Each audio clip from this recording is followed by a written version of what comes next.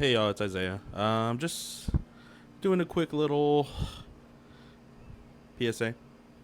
There was some audio issues with the recording that Jaci and I did. Unfortunately, it's a good chunk, but the conversation that we had and the things that she was saying, like I couldn't remove it and re-record it and sum it up as how I originally thought maybe I could do it. I really wanted to keep it in there. So I do apologize for the audio issues. There will be better audio in the next episode because I did make some form of updates. But I do hope they all enjoy this episode because it was a joy talking about Wicked with her. So on to the show.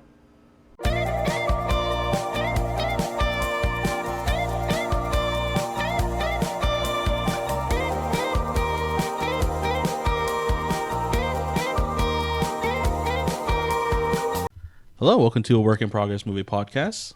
This is your host Isaiah, and today I am joined with Jaci. Hello. Who has been my consistent person to talk about film with. So One thank of you. my favorite things to do. One of my favorite things to do. And one of the best things to do is to talk about Wicked, which you're all dressed up for. I know. Got my Wicked shirt, Wicked socks, Wicked Crocs, Wicked cup. So if anybody was questioning what movie we're talking about today, it is Wicked. Wicked. So we're doing this so we can get ready for the second part, which we will also be talking about when that comes out. And I know that is going to be a fun one because the fact that I'm going in blind and she's the Wicked expert. So Yeah, I'm going in like whatever the opposite of black with 20/20 vision. Actually, no, because they're adding two songs, right? They're adding 2 songs, and honestly, they're gonna have to add a lot because the second act of the musical is, I think, only like 45 minutes long. Mm-hmm.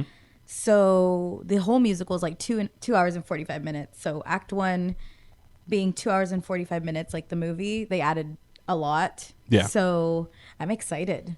Like, I'm going in knowing the story. They're definitely not going to change the story, I don't think. But yeah, I'm excited. 2 new songs. Mm-hmm. I'm spoiled. No, yeah, it's exciting only because the fact that like this is one.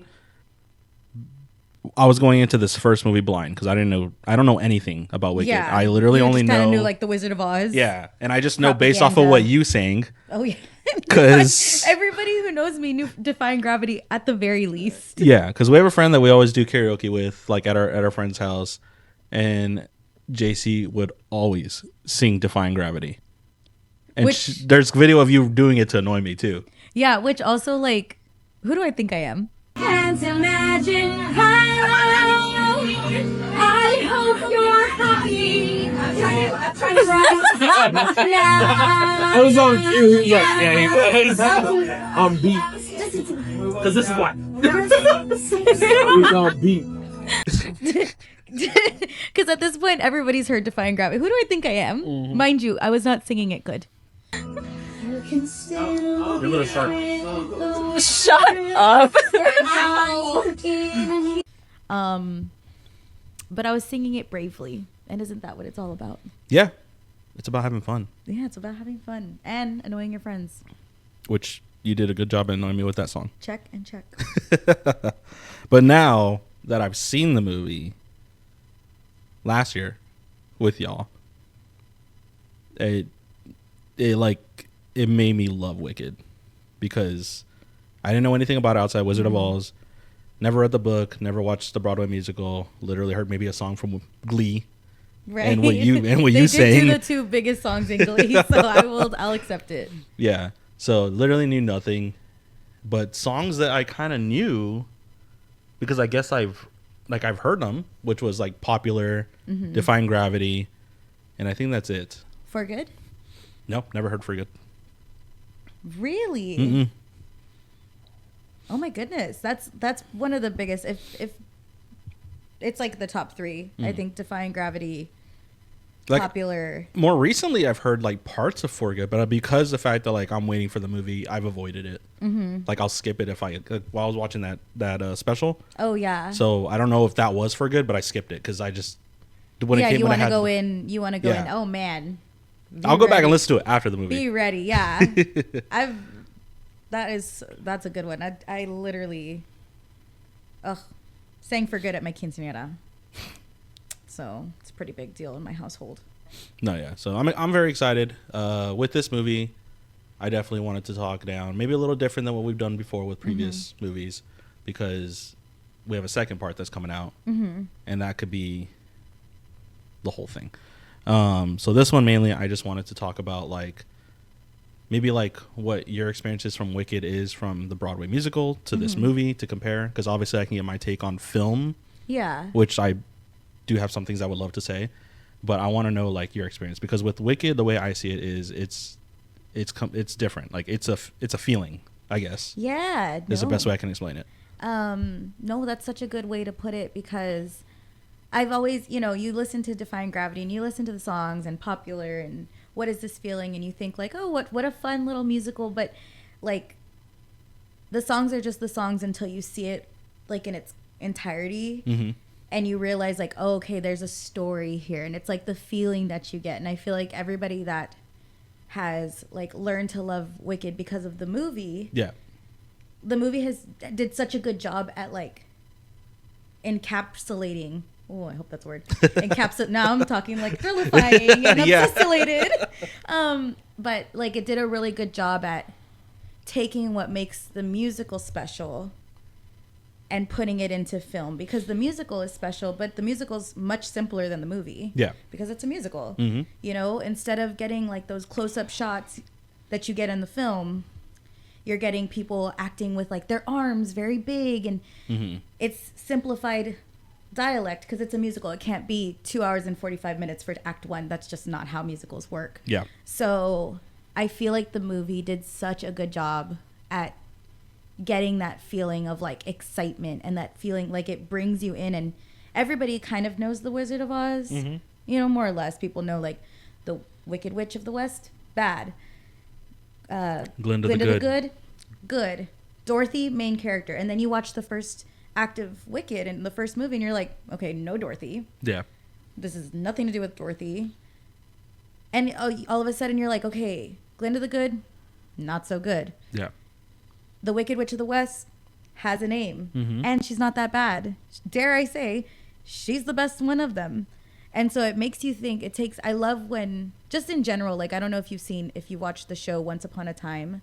Yes. Where it takes a story and it kind of shows you like the flip side of it and the behind the scenes, and how what the story and the story we all know and love isn't exactly what it seems. That is probably my favorite part of Wicked. It's like it shows you that Wizard of Oz is kind of like the propaganda. Yeah. And honestly, I will say like there's so many different themes that you can take from it. There's friendship. There's standing up for what you believe is right. There's, I mean, I don't want to bring politics too much into it, but if you compare it to like the world, you see like, how dangerous it is to idolize somebody and let them put out words and everyone take it as like the law. The wizard says you need a common enemy, and so all of us, to hide the fact that he didn't have spoiler alert, that he doesn't have any powers. So he gave everyone an enemy to kind of distract from that, and it worked. It's just so, oh my gosh, it's so good. I can talk about Wicked all day long. Yeah, no, that's actually a great way to put it. Because I mean, I wouldn't say it's a spoiler for those that have seen Wizard of Oz, because we know that the wizard. Yeah, the wizard doesn't have. That's not like breaking. He's news. A showman. That's what he is. He's like, what was it, P.T. Barnum, for the Greatest Showman? I was like, that's not his name in the Wicked. No, I say his like, but no, yeah, he's just, he can be considered a con artist. So yeah, he gets away because he has pizzazz. He's charming. He has this big personality, and this sounds too much like somebody. Yeah, like you have this big person. It is actually crazy because, and then nobody's really going out around saying that Wicked made that up. Like, Wicked's been around for 20 years, so it's like what is it? Life enacts art, or art life imitates art.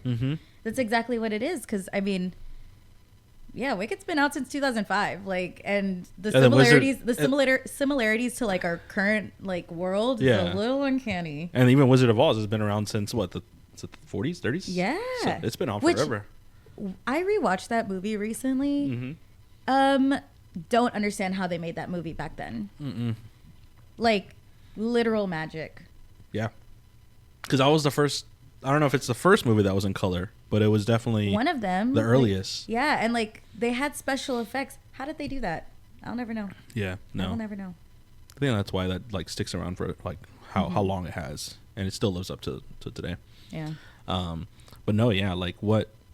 Out of curiosity, like what are your thoughts on the, like, since you said like it's been around since 2004, you said. Mm-hmm. So like the Broadway legacy of it, and why would you say like from the Broadway to this movie, like why does this movie matter compared to like the Broadway legacy that's already been created? Yeah. So I think what made the Broadway musical so special, and I mean, I didn't watch it when it first came out. I watched it in 2008. Out of curiosity, 2009? is there a way to actually watch it like without actually going to the Broadway? Like, do they have it anywhere to watch it like online? There, okay. We'll just leave it at that. If you're listening to this, just look up Wicked Slime tutorial on YouTube, and very interesting stuff on there. Okay. But yeah, no, I mean, I'm just I'm curious gonna leave it at because that. I'll leave it at that. yeah, I'll leave it. We'll leave it at that. But yeah, I think what makes it so special is that, first of all, it's like two female leads. Mm-hmm. It took a story that everybody already loved, Wizard of Oz, Mm-hmm. and it turned everything on its head. It kind of breathed Like, new life into it. Mm-hmm. And Like a whole new Wicked was a perspective? book. Yeah, Wicked was a book. And I think people like, I feel like it matters when people take a work of art and put so much care into it to turn it into something new. Yeah. And I think that's what the musical did to the book. It took a book, put a lot of light and fun into it, turned it into a musical, and it was so successful. And, you know, there's been other adaptations of musicals that I think have done really good, like Les Mis. Yeah. I think that was a really good adaptation from musical to movie. Mm-hmm. I do think Wicked was better, assuming that part 2 is also just as good. Yeah. We've only seen the which- first half of this whole musical. So. Yeah, so I'm sure it's gonna be good. I mean, I'm pretty biased though. Mm-hmm. But yeah, I think that it really mattered because when you hear about adaptations, whether it's like book to film, book to TV, you kind of have some hesitancy and like, oh great, what are they gonna do to it? Yeah. And I think it really mattered with Wicked that the people that got their hands on it really, really cared about it. Mm-hmm. And it shows. Like John M. Chu, I think he did such a good job Yeah. at taking the story and adding to it where it needed things to be added, because you do need fillers, you need more context. It's a movie, it's not a musical. And picking like the right people, like, man, Ariana Grande, fantastic job. Like, I would have never thought that she could bring what she brought to the table. Yeah. I'm obviously she's an amazing singer. Obviously. Yeah. Everyone's known that And part. yeah, that was not new information. Mm-hmm. And yeah, you can say like, oh, and she's a good actress, but she didn't really have this huge repertoire of acting. She had just what, Victorious or whatever it's called. Yeah. So I need to meet those. I would go Victorious, and I mean, yeah, it's good acting, but it's Nickelodeon acting. You don't really know how good it is. Yeah. I mean, Cynthia Erivo kind of speaks for herself. I think he did a really good job at picking people that balance each other so well, because I can't imagine any other actresses as Glenda and Elphaba. Yeah. But on top of that, you have Cynthia Erivo, who has huge vocals, such a great, like, she's so talented. You almost needed somebody like Ariana Grande to balance that out. If not, it would have been the Cynthia Erivo show. Yep. And a minimal Glinda. But the same thing with Ariana Grande. You needed somebody that could one up Ariana Grande, because if not, it's the Ariana Grande show. Yeah. And whoever plays Elphaba. Yeah. So I feel like they balance each other out really, really well, and they took really good care of the characters. I know that that's like a very viral clip of Ariana Grande getting the role and her saying like, "Oh, I'm gonna take such good care of her," and she really did. I really do think she did a great job. That's good. But yeah, I think it's special because everyone takes what they need from the story. Some people take standing up for what you believe in. That's like a really big theme. Some take away standing up for others who may not be able to stand up for themselves. Being a good friend. Knowing when to accept friendship and when to show acts of kindness to people that you may have wronged in the past. There's just so many different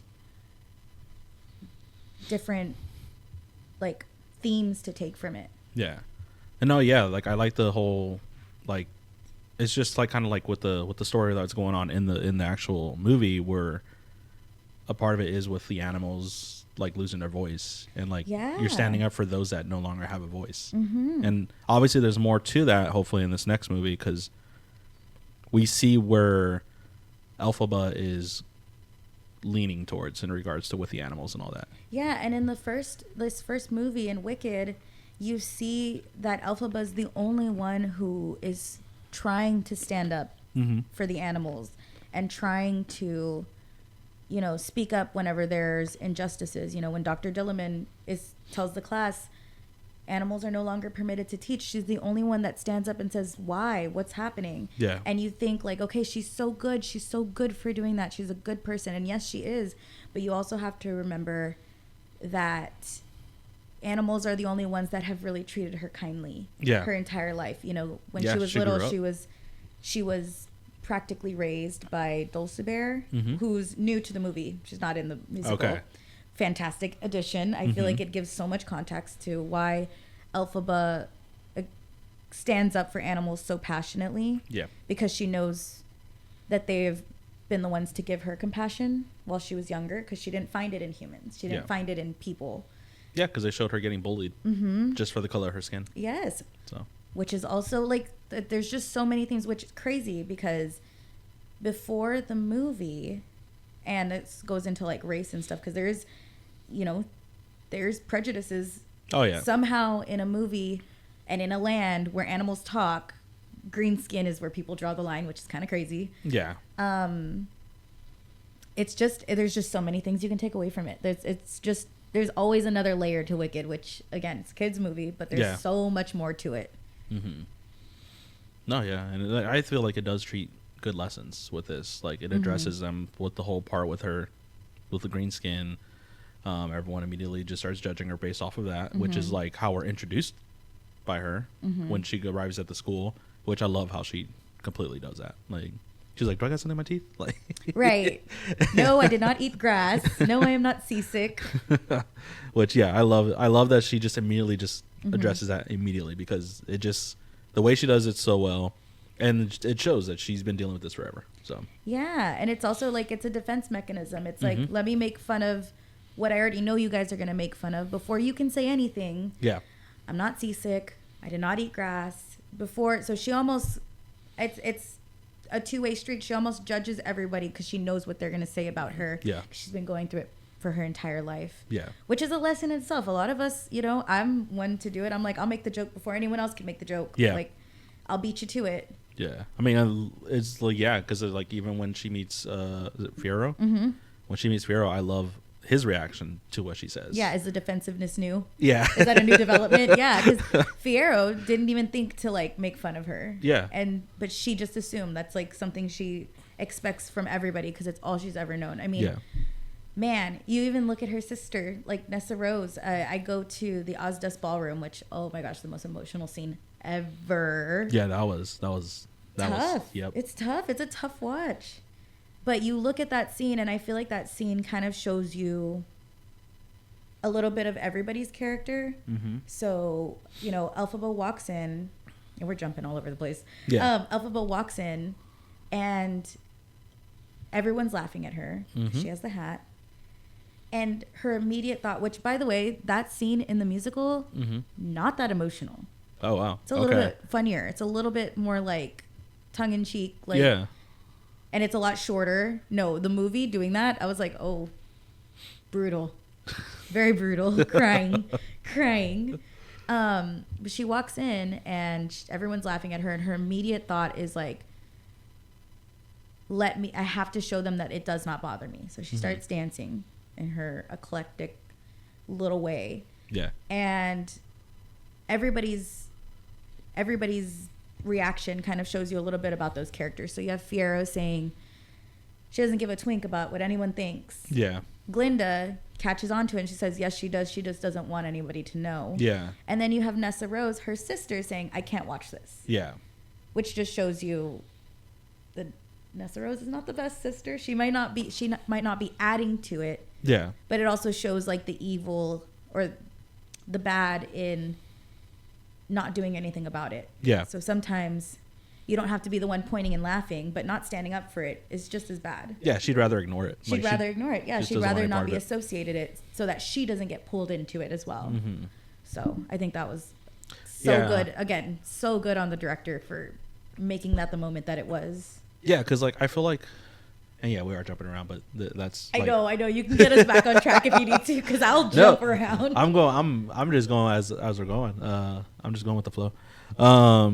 So yeah, like with her sister, because we see like when she's little and how she treats her, like how Elphaba treats her sister, and then when we're older, we see how her sister treats Elphaba, and it's just weird because like you know that she cared for her sister, she loved her sister, and then I don't know if we're missing something that leads to like why is it Nessa Rose? Why Nessa Rose treats Elphaba this way?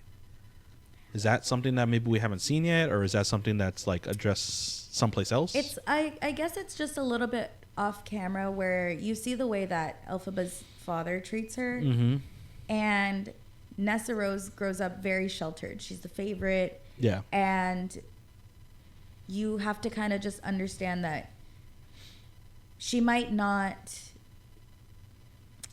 be mean to Elphaba, but she is complicit in the way others treat her. Because notice how Nessa Rose never stands up to her father talking to Elphaba the way he does. Yeah. And they've grown up in a life where Elphaba's always saying, I'm sorry, I'm sorry, I'm sorry. So after a while, Nessa Rose probably just believes like, oh yeah, it is Elphaba's fault. Yeah. If not, why would she be apologizing? And you know that Elphaba truly believes that she is the problem. Because again, after the Ozdust ballroom scene, when her and Glinda go back to the room and they do that little game, like I'll tell you something, you tell me. Yeah. Where Glinda says me and Fierro are going to get married. And then he just doesn't know it yet. He just doesn't know it yet. And Elphaba says, it's my fault. And Glinda says, what? She was like, well, my father hates me.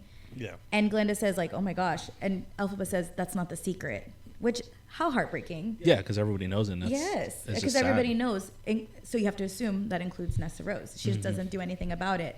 But then Elphaba proceeds to say, you know, I'm the reason why Nessa Rose is in a wheelchair. Because I was green. My father made my mother chew milk flour while she was pregnant, which is just a made-up flour. Okay. And it made Nessa Rose come early, and her legs got tangled up, which is why she's in a wheelchair. So Elphaba truly believes, I am the reason why my sister is like this. I am the reason why my mother died. I am the reason why my father hates me, because why wouldn't he hate me? Okay. Look what I did to his family. And so you learn, like, again, and all of this most of it's in the musical, but the movie kind of elaborates on like, wow, Elphaba really does not think highly of herself. Yep. She thinks that she is in a position where she has to please everybody just to get to even ground, which it's so heartbreaking. Yeah. That's why Defying Gravity at the end is so impactful, because it's her saying like, no. Like, I'm going to defy gravity. I'm going to pave my own way. I'm sick of trying to succeed through getting approval of others. I'm going to go my own way. Because remember, she also put the wizard on a pedestal. you know, ever since her and Nessa Rose were little, she would read and she would talk about the wizard. And she said something along the line of like, he lives in Emerald City and everybody loves Emerald City, even though there's a lot of green. Yeah. No, because she's green. Yep. The Wizard and I, she talks about how she's going to meet the wizard and the wizard being accepted by the wizard. And because everybody loves the wizard, they're going to have to accept her because the wizard's going to accept her. Yeah. She even says, like, he might degreenify me because he grants your heart's desires. So he's going to make me not green and everyone's going to love me because I will have achieved acceptance of the wizard. Mm-hmm. So then when she meets him, she finally realizes, like, oh, I can get acceptance. But in doing that, I have to put my morals aside. And that's like the big decision that her and Glinda get. And you see that they both take different routes. Yeah. It's that song, I remember when we got to that point of the movie, like that, I think outside of the part in the ballroom, that part gave me chills because of the message that she was sending everyone out there. Like, we saw the build up, and then she's just letting everyone know how it is now for her, and that she's like she knows what she wants and what she's gonna do, and she's not gonna let the wizard or anybody else bring her down. Yeah, literally. Yeah, it's so good, and I mean all the songs have such a good meaning because you compare Defying Gravity to The Wizard and I, and The Wizard and I is hopeful. It's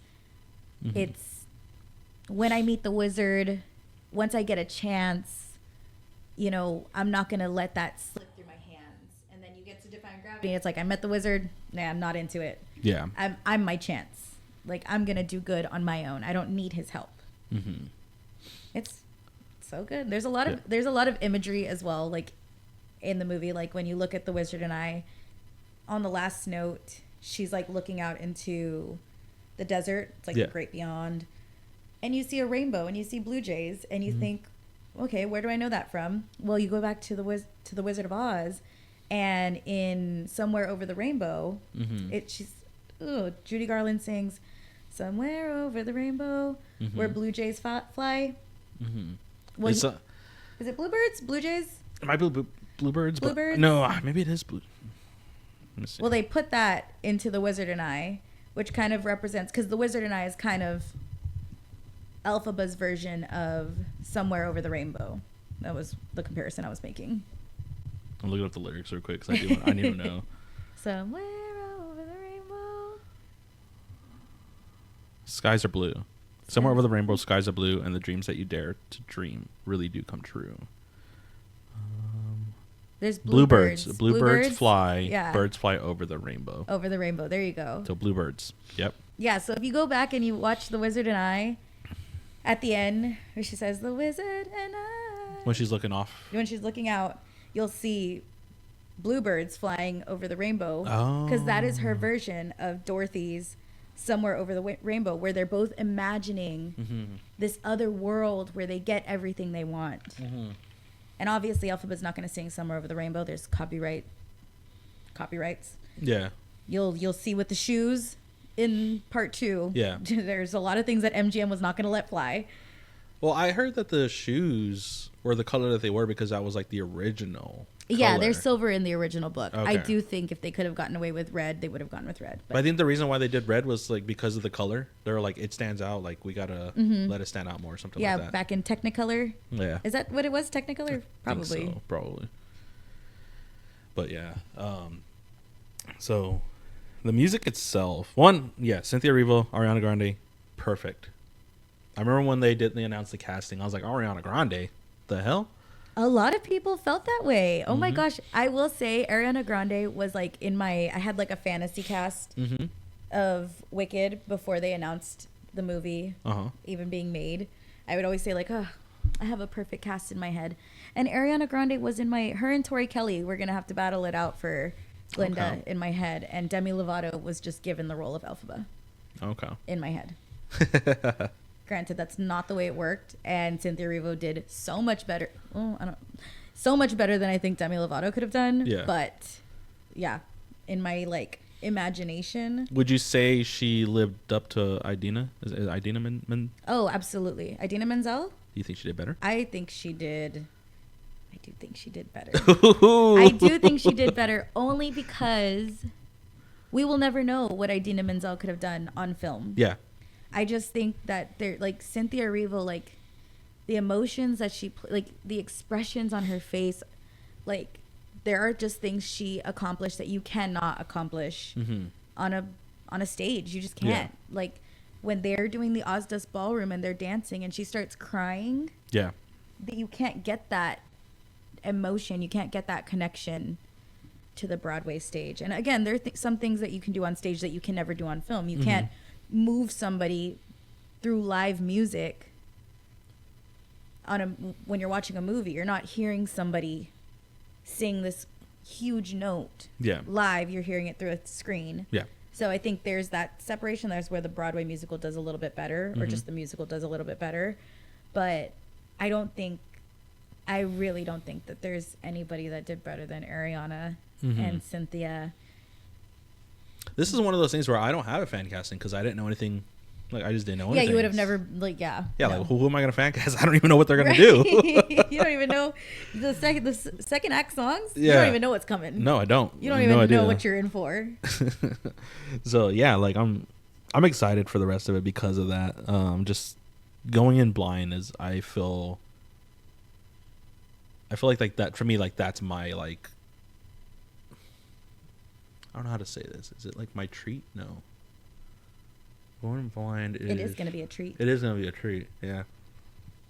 So, yeah, There's I don't know. just a lot. I mean, I feel like I'm lucky going in blind. You really are. 'Cause, You like, really I are, don't 'cause know. there's going to be so many, like, there's so many... Like, I feel like the first act is storytelling. And the second act is Wizard of Oz. Yeah. The second act is literally from the beginning of Wizard of Oz to the end of Wizard of Oz. Okay. And it's just the other perspective. Okay. So you're going to see a story that you kind of know. Like, you're going to see pacing that you understand. You're going to know, like, beginning, middle, and end. You're going to understand the beginning, middle, and end. But the way you get there is completely different. There's reveals. There's a plot twist. There's so many, like, there's just so much content in the second movie. And I will say, a lot of the popular songs are in the first half. But, man, heavy hitters on the second half. No Good Deed. Thank Goodness. For Good. As Long as You're Mine. New songs. Yeah. So, yeah, that... I'm excited. But before we get a little teaser of the second half, I did want to ask in regards to the casting of everybody else. We already know what your thoughts on the big two. What are your thoughts on, like, Jeff Goldblum as the Wizard, Michelle Yeoh as Madame Horrible. yeah, like what do you think Peter of the rest? Dinklage What do you think of the rest? Dr. Dilliman. Yeah, a lot of people didn't know that. And I'm like, how do you like that voice is like okay, well, instant. I knew before. Like, Yeah. I knew, obviously, I was like studying the cast, like every single person, but very iconic voice. Like, His voice just stands out. yeah, really, man. He's got. I don't know about singing. I wouldn't say he's like just a masterful singer, but he has a nice voice. Have you seen Cyrano? Yeah. I think he's pretty good for what he Yeah, like, I mean, what he wants, he's like got when he a sings. solid voice. Yeah. That's how I feel about Michelle Yeoh as well. I think of all the cast, Michelle Yeoh probably got the most Like, huh? back. I don't even want to say backlash, but there were the most questions about her casting. Yeah, because everyone is like just they don't know her for singing. Yeah, in a musical, no, so. and I think she would say in interviews like, "I don't sing," which she has a pretty good voice. She did a good job. Yeah, Yeah, because she did a she good job. They she also didn't want to don't- do it because she doesn't sing. Yeah, and I think people were comparing her to like Cheryl. I know that they wanted one of the biggest, like, what I guess fan cast, is that what you would call it? Who people wanted? Yeah. Was is Cheryl Lee Ralph, Abbott Elementary? Oh, I've never seen it. Cheryl Lee Ralph. I think that's her. I'm actually like 100% positive that's her name. She played it on Broadway, and she's an actress. Oh. So people were heavily, and Hannah Waddington was also one that people really were rooting for. She's from Ted Lasso. Okay, I know who that one is. She's a singer as well. Okay. But Michelle Yeoh, loved her. I think she did fantastic. She's such a good actress, and I feel like she does Madame Morrible so well. She does like helpful but slightly sinister so well. Jeff Goldblum, I really liked him. I think people also were like, well, that's Jeff Goldblum. That's not. He's just playing Jeff Goldblum. Yeah, I see. He's just playing. What's wrong with playing Jeff Goldblum? I love it. He also plays like I love when characters are nonchalant, but like calculated at the same time. Like I feel like he plays like very cool, nonchalant, like Yeah. That's what I like best, making people happy. Like, but also is actually super evil. Yeah. And very manipulative. I love that. I think he nailed it. I can't really picture. Unfortunately, the only other person I could picture as the wizard is Hugh Jackman. And he's done enough. He's done enough. He's tired. The vocals are tired with that guy. So Jeff Goldblum. I don't ever want him to be done singing though. Yeah, me either. Me either. But I'm like, okay, he can't be Les Mis. He can't be Jean Valjean. And also The Greatest Showman. And also The Wizard of Oz. Yeah. Like, he can just... Enough. Enough. He can get the next one. And so I think he did good. Bowen Yang, fantastic. So funny. Like, such a good little addition. And what's her name? It's Epiphany and Chen. But what is the actress's name? It's Bowen Yang and... The sidekick or... Yeah, Glinda's friends. They're also additions for the movie, if I'm correct. Bronwyn James? Yes. Yeah. Bronwyn. They were so funny. They were great additions. One, I do love the fact that, like, at that special, he says, "Oh, by the way, did you know my character is named Fanny?" Not many people did. No, not many people I was like, did. no, I did not know who your character's name was. I did, but trust me, I didn't know which one. I knew it was... You know, he's one of them. Epiphany and Chen. Did not know which one he was. Did not know the names. But yeah, so funny. They were such good little side characters. Yeah. They kind of exist in the musical. Not really. Like, they don't really have lines or anything like that. So we don't know if we're going to see... Oh, we do know we see more of them because we see them in the trailer. Right? Yes. Okay. Yeah, I do think they're going to be they're going to have a bigger part in the trailer. Because there are just some things that are going to happen that are going to need more characters to make them believable. Yeah. Speaking of, like, the lion, we've got Coleman Domingo. No, I know. I'm actually Cannot sorry about that. Wait. Love that man's voice. Because that means they're adding. Because the lion doesn't really... That's why I asked you, because I was just like, hey, do you know how much of a role does Dorothy play in the Broadway? Gosh, she doesn't really have anything. Well, no, okay. This spoiler alert. Dorothy's, like, barely in the musical. Yeah. Just the back of her head.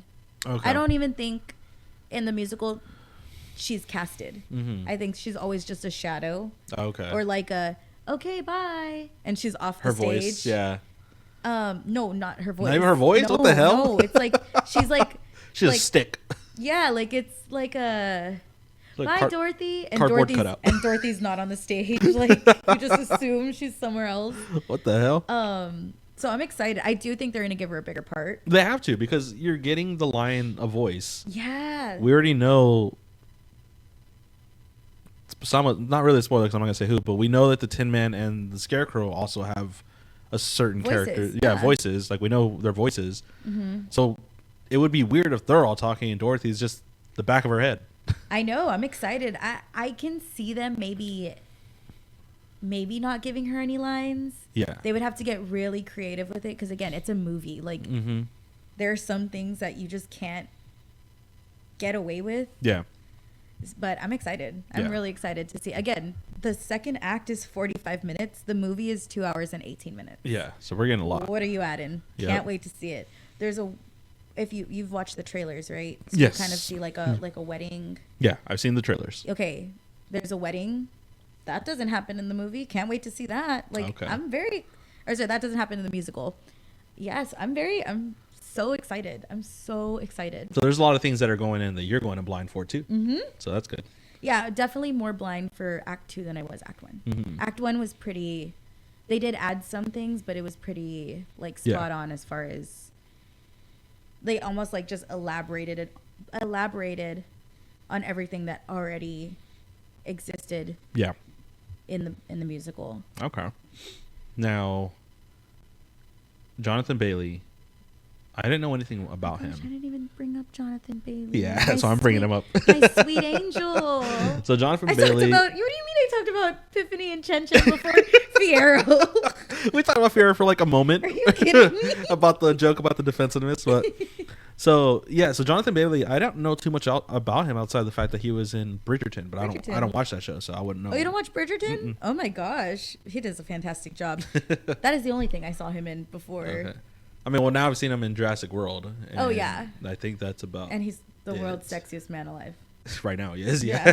Of he the just year. got it. He just got the Talk award. about they nailed it. So- They nailed it. So yeah, what you think his Fierro's pretty good compared to the? Yeah, Okay. he really, really reminds me of like the first Fierro Mm-hmm. that they had. So From Broadway. from Broadway, like the Uh-huh. original. So it was Idina, Kristen, and his name is Leo Norbert Butz, I think. Butts. Butz. Oh, okay. Boots, Butz. Butts. Yeah, but Leo, and he kind of reminds me. He has a similar voice. Mm-hmm. But yeah, I think he did a great job at Fierro. He's just very like shallow, but not. Mm-hmm. His song is about being shallow, but if you really think of the lyrics, Mm-hmm. it's not. I think he did a great job. Yeah, I think his performance for is it Dancing Through Life? Yeah, nothing That matters, was- but knowing nothing matters. Yeah, I think that song is my favorite when it comes to the music, which we'll get into in just a moment. Mm-hmm. But yeah, no, he was definitely a character. I love how he was used in regards to like he admits he's self-centered, Mm-hmm. but he also has another side to him that he just Yeah. maybe he doesn't know about, which is what we get to see with him and Elphaba. And then the other Yeah, like he really shows that like in the same way people look at Elphaba and judge her off her looks Mhm. and don't try to dig any deeper, he kind of has the mirror to that. Mhm. People look at him and don't dig any deeper, and he plays into it just like Elphaba plays into it. Yeah. You know, people look at Elphaba and think like, oh, great, green. Mhm. And she plays into it. She says like, I'm not green. She tries to mold herself into the stereotypes. Yeah. And Fierro does the exact same thing. And I think that's why Elphaba catches it. Mhm. And that's what they kind of relate on. It's like people don't really know the real us. Mhm. I really like it. No, Fierro's a great character. He Yeah. also big part in Act 2. Good, because I want more of him. Yeah, no, he's good. Okay, and another person that I need more of, or else I feel like he's useless, is Ethan Slater's character, Bach. Me and Bach, Yeah. he will be a big part in Act 2. Okay. Because I feel like when I was rewatching the first one, I was like, why is he here? Outside the fact that he's obsessed with Glinda. Glinda, yeah. He's another one. I mean, it's just crazy because there's going to be a time jump Mhm. between Act 1 and Act 2. Do you know how long of a time jump? I don't know how long they're going to make it. It's Okay. it's years in the musical. Okay. I want to say it's 3 years. All right. I might be incorrect, but I want to say it's 3 years. Do you think we'll get a what's happened between? Yes. Okay. Yeah, because they kind of do that in the musical. So in the Okay. musical, it's going to open up and it's going to kind of Previously on Wicked. not. If they do that, I swear. What you've missed. No, they'll kind of like recap and then get into the movie. Okay. I Cool. think. All I right. hope. So, what are your thoughts on Bach so far? I think Bach is a misunderstood Munchkin man. Okay.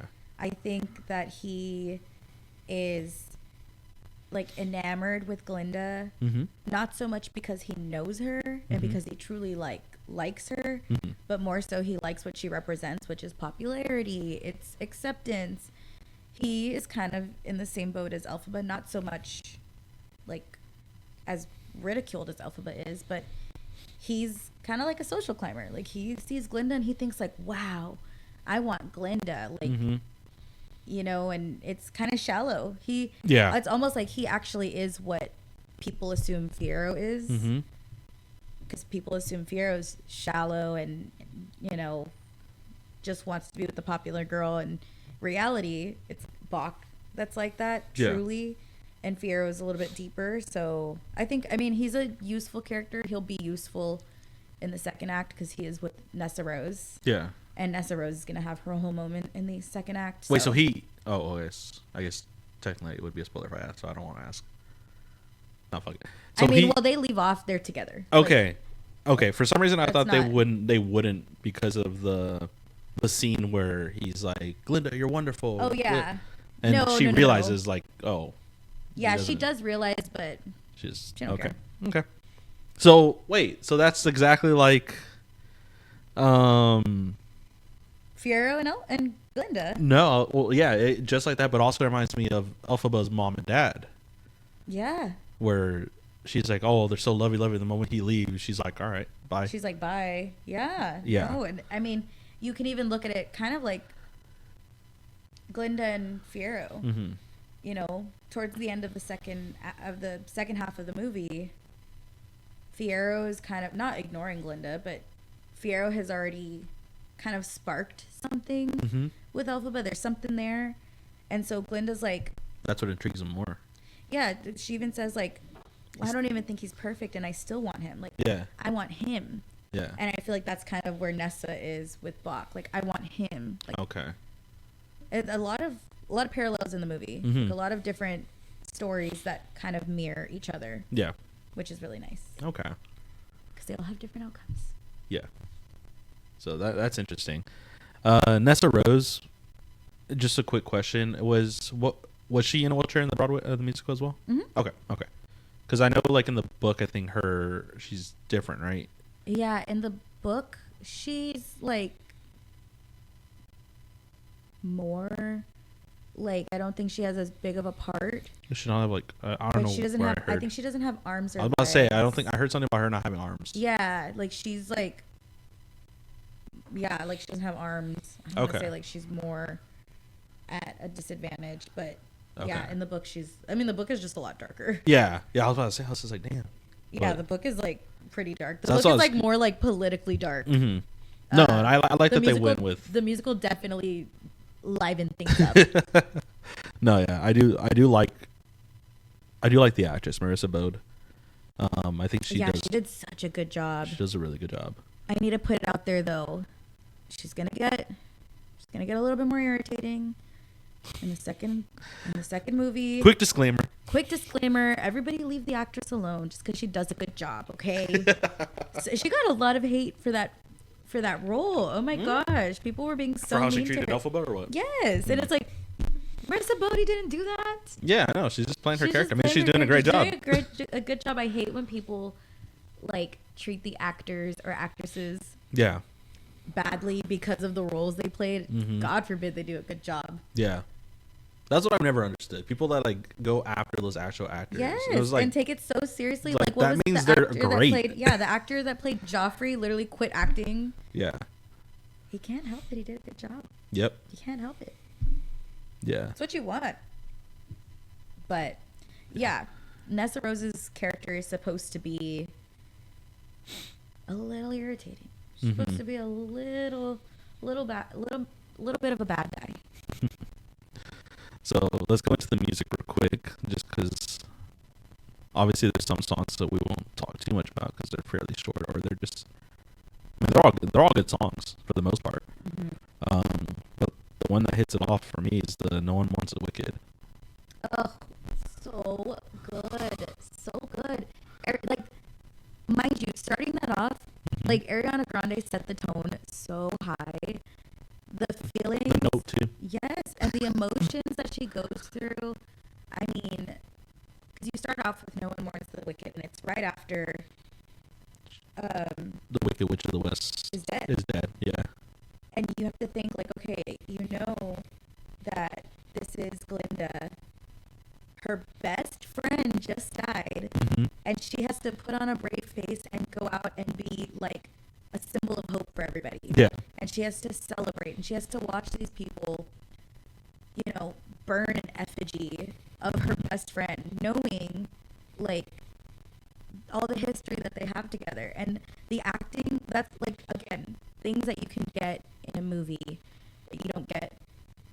on a musical stage Yeah. is like the little like isms of her face acting and her singing, but like holding back tears, and it's just so good. And the choreography, this movie is so grand, Mm-hmm.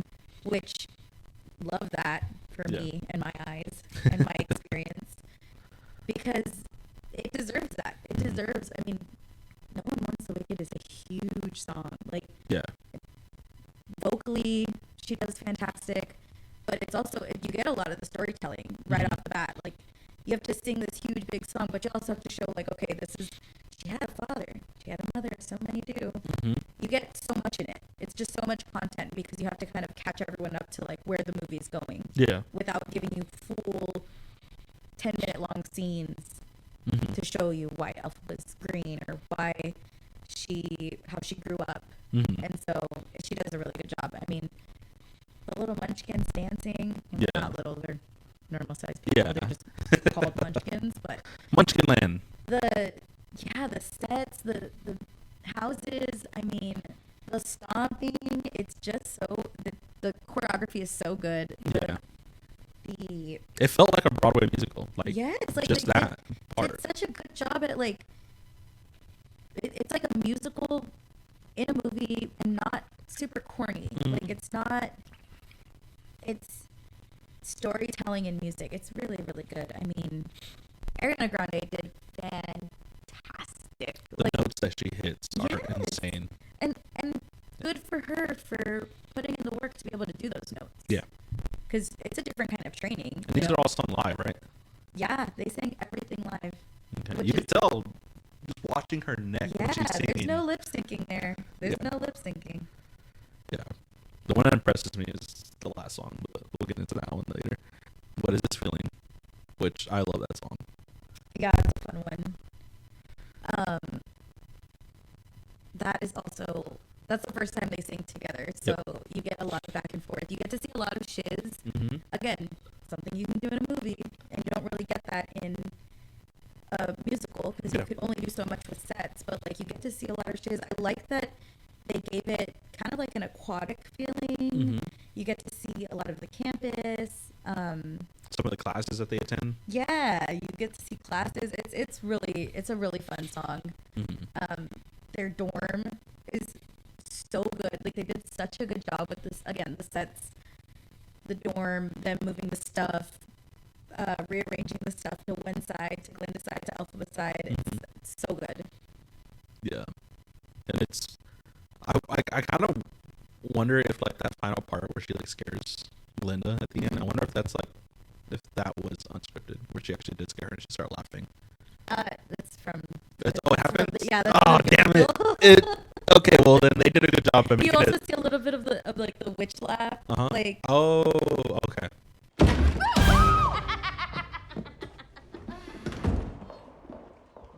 it's from the musical. Okay. Sorry to burst your bubble. I know, I'm sad now. But, I mean, they did a good job that it felt real. Yeah, no, everything. It felt so natural. It felt so Yeah. natural. You also see that, like, again, little parts of their personalities come out because you see, you know, they obviously dislike each other. They're not trying to get to know each other Mhm. because even what they're saying they don't like about each other, nothing's really of substance. Mhm. You know, Glinda says, I don't like her because she's unusual. And Elphaba says, I don't like her because she's blonde. Like, Mhm. they're just clashing, but you start to really see that, like, why doesn't Glinda like Elphaba? Yeah. Well, it's because she's jealous. Yep. Because Elphaba's getting to learn sorcery from Madame Morrible, and all Glinda has talked about is, I want to be a sorceress. I want to do sorcery. I want to learn magic. Mm-hmm. And she's not getting that opportunity. In her head, she's like, I'm not getting this opportunity because she took it from me. Yeah. And again, Glinda's whole personality is everyone's like, oh, Glinda gets whatever she wants. Glinda gets everything she wants. And in Glinda's head, she's like, yeah, no, but I want that. Yeah. Yeah, I might get everything people think I want. People might think I have everything I want, Mm-hmm. but what I really want, I can't have. And you see that same sentiment when it comes to Firo. Yeah. I don't think he's perfect anymore, and I still want him. Like, Mhm. and I think we're gonna address it more in Act 2 with her new song, but it's almost like you have Glinda's whole personality is putting on a happy face and putting on this facade that everything is good and happy, when on the inside she's like, no, I'm not happy. Things are not good. I'm not getting what I want, and I just have to be happy because I'm Glinda. Yeah. No, yeah, because I mean, they literally say like, "What's wrong? I didn't get what I want. I didn't get my way, or I didn't whatever." get my way. Yeah. So that part is And hilarious. in her head, she's like, I didn't get my way, and she blames Elphaba. Yep. This girl. She's a misunderstood girl. She's a misunderstood girl. It's debatable. Oh, I'm just kidding. No, yeah. No, I mean, I love the character development for this character, so I get it. The next one after that, Something bad. yeah, bad. Which, please, so many people hate this song. Because obviously it's not one of the big songs. I like it. It really, you need to hear it because it's, dare I say something bad, probably one of the most important songs in the whole movie, because that is what makes Elphaba realize, like, oh, something's going on with the animals. Yep. She overhears Dr. Dilliman, which, so sad. Animals should be seen, not heard. Yeah, So sad. yeah. Do we find out who wrote that? No. No, god damn. But I have a theory. I feel like it was Madame Morrible. I thought it was Madame Morrible. Okay, then That's we can that's what I'm thinking. let's just take that as truth then. That or Danny or whatever his name is. No, oh my gosh, You don't think he would say that? please. That's so mean. No, I think that's a little bit more evil than Okay. he can put out there.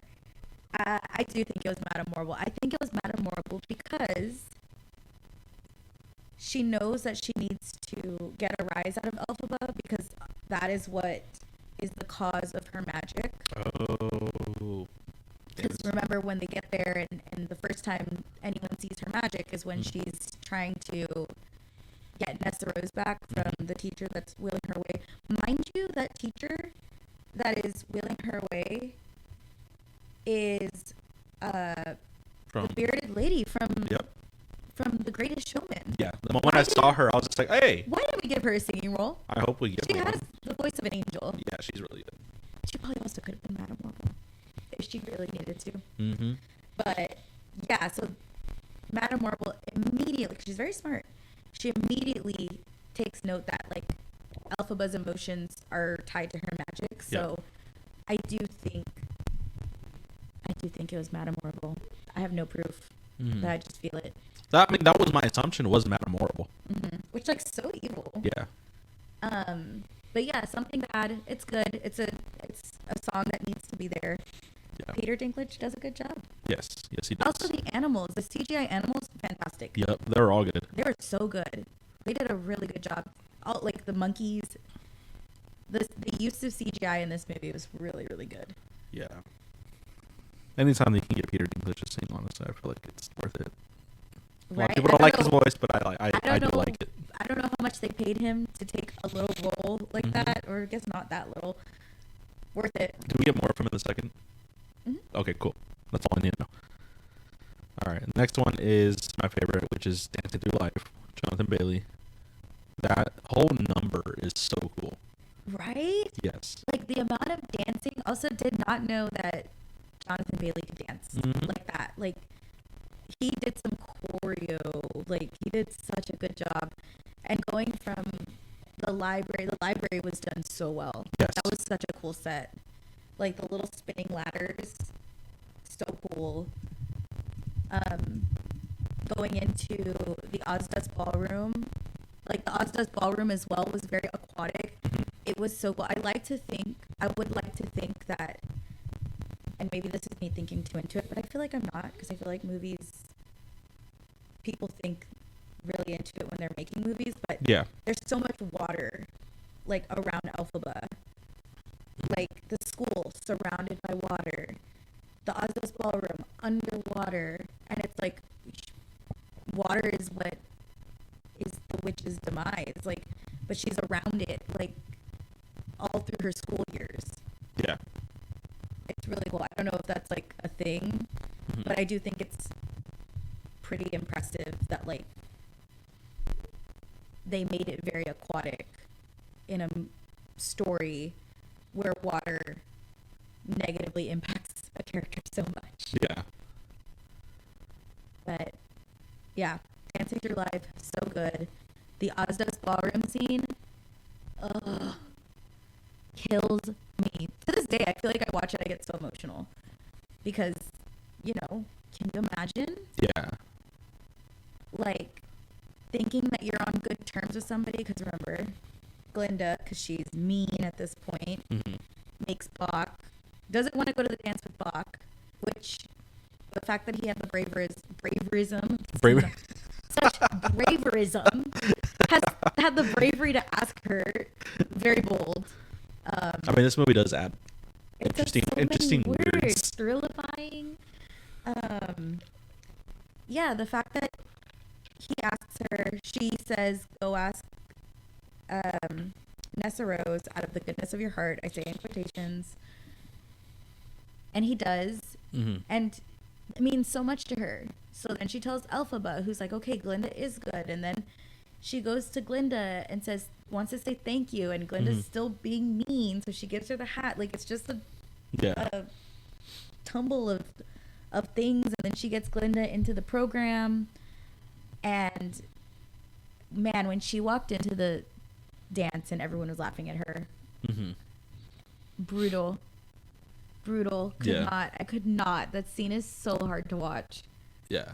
And like it's only harder when like you know that Elphaba is hurt, and then like she's doing her little dance, and then eventually Glinda walks up and does it when after she says like, her Pharaoh's like, it's not your fault, and she's like, but it is, like like that part's great. But then it's the moment where she starts to tear while she's dancing with Glinda. Because you have to think like, oh my god, I'm not gonna get emotional, but like you have to think like, can you imagine?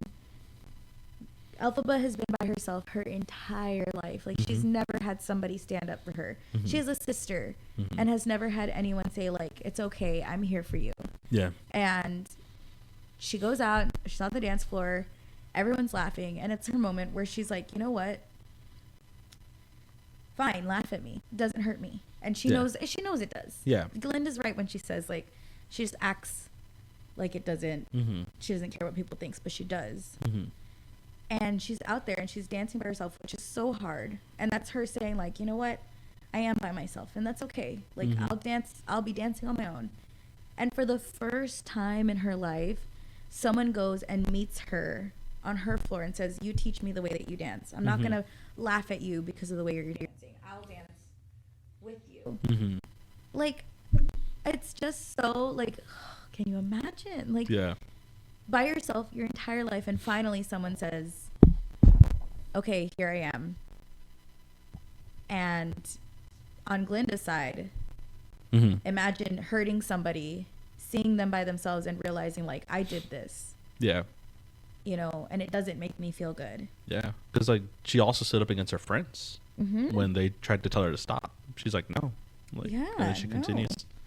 So yeah, that whole part's nice, especially the part where she's doing the dance and Elphaba like starts tearing and she like touches her. It's like, you're okay. Yes. The heart, like the hand on the face was like, oh shit. Like, and I feel like that wasn't planned. That felt too real. See, there's like a lot of things that they do to each other that feels real. Yeah, so. I feel like they added a lot to this. Like them two as actresses added a lot to this movie that really worked. Yeah. Yeah, loved it. So, no, yeah, that whole scene is great. I love because John M. Chu talked about the scene in the library. It's a library, right, where they're dancing at 1st. That whole scene where John's baby had to learn how to do it on the books, like because that was like real movement, and then the guy that's doing the camera work is crazy, and then the guy that does the flip over the camera. Oh yeah. Like that's all. Like all of that was real. That's the crazy part. Is that whole spinning around the library thing was real, that they actually did it they just had to figure out the camera work for it to make it work, and then the guy flipping, and they're like, all right guys, this guy can only do it safely like 4 times or something like that, and then they got it on the last shot. So but no, I went back and rewatched that dance scene just multiple times because I was just like, where's everybody at? Like I'm like keeping an eye on like where everybody is during that dance scene, because Ariana Grande and Bach are like dancing like crazy in that scene as well. And honestly, Ethan Slater people give him like a lot of slack because Bach is just like a silly little character. Mm-hmm. He's good. He's like such a good performer. Mm-hmm. Like, I mean, he's obviously got Broadway background. That's SpongeBob. SpongeBob SquarePants, yes. But he can hold his own. Yeah. Like, he can really hold his own. Ariana Grande too, very impressed. Did not know she could dance like that. Mm-hmm. Yeah, they really pushed these actors. It was great. So after Dancing Through Life, we have Popular, which is probably like one of the more popular ones as well. Yeah. That one is a lot of fun. There's a part that Christina just cannot stop laughing, and it's the part where she's on when Glinda's on her back and she's like just going like sliding around everywhere. Every time Christina sees it, she laughs. And yeah. But no, that one's a good one. Yeah, that one is so good, so fun. Like, I think it's such a good break because obviously that comes after the Oz Does Ballroom scene. So like you're like crying your eyes out, and then immediately like, oh, okay, Popular, good. Ariana Grande, great singer, duh. But like she's such a good like comedic actor. Yeah. Like she's singing, hitting all these crazy notes, but also like the song is really funny. Yeah. Like her faces, the taking off the glasses, never mind. I'm gonna put those right back on you. Yeah. Like she's just so funny. Like she does such a good job, and it's so. I will say they like toned down Elphaba's funniness from the play to the movie. She's a little bit more serious in the movie, and I feel like it made Glinda kind of like the comedic relief, and Ariana Grande really like stepped into the role like very, very well. Yeah. She is so funny. Like just like the flipping of the ball, the ball gown. That was hilarious. Ball gown. Just her little subtle movements where like there's a moment where she's like going up to the mirror, she's standing there, she looks at Elphaba, she's like get over here. Yeah. Like it's so little, but yes, it's like tiny. We're gonna make you popular. Like so funny. That's not in the like that's her thing. I don't know where she came up with that. Yeah. But like that's new. That is not from the musical or like the Broadway recording or anything like that. She's like Lar or something like that. Yeah, popular Lar. That I can stop you from becoming popular. Lar. from the musical, but she does a really good job. Yeah. It's the deliveries. Even if it's from the musical, like from the Broadway, like it's her deliveries that oh hello. That so good. Yeah. She adds like she goes a little extra high at the end. Like she's just it's so good. Like the use of color, I feel like that entire like scene is filmed with like a pink hue. Like it's just so good. Like they use the light coming into the room so well. It's just man, they really did everything very beautifully. Like, it's so good. Yeah, that performance is hilarious. And then she still does, like, even for that special, she did a great job with that little kid. Yes. Oh my gosh, it was so cute. And, like, her reactions were genuine because she was, like, so, like, adored by, like, the kid. Like, she just loved the way the kids delivered. You can tell that she loves this. She loves this musical, which she said, you know, plenty of times. But she really, like, what is it? Walk the walk or talk the talk and walk the walk. Yeah. Yeah, she does the walking and the talking. So, after that, we get I'm Not That Girl. Yeah, so you get popular, obviously, and then after they're friends, everything's fine and dandy. You get a really sad scene of them taking away Dr. Dillamond. Again, very politically mirroring like the world that we live in now, because they just come into the classroom and take him away. No questions asked. Yep. No ability for him to say like, no, like I'll go on my own terms. They just drag him out, and while they're dragging him out, he says like, you're being lied to, you know, not everything is, ask more questions, like I'm not going to be silent. And of course Elphaba's the only one that stands up. Still, I mean, at this point the audience is already like, okay, we like Glinda, but you can still see that she's not standing up for the animals. She's still kind of going with the status quo. It's still Elphaba that's standing up for everybody. So then you get the scene with the poppies. Oh, they bring in the lion cub in a cage, talking about how like great for animals because now they won't learn how to talk. Yeah. You know, trying to push this propaganda that like animals talking is bad. Yeah. When they have no proof for it. They have no they're just saying it to say it. They're Yeah. saying animals shouldn't be able to talk, and everyone's just taking it like, okay, I guess. Mm-hmm. Except for Elphaba. You get the scene with the poppies. Again, high emotions. The most, more of her magic comes out.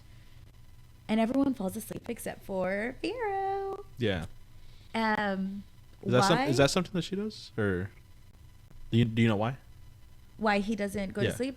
It doesn't really show. I think because she has a soft spot. There's theories that it might be because, like, people say like, oh, because he doesn't like think all the way, like it didn't affect him, or I don't really know.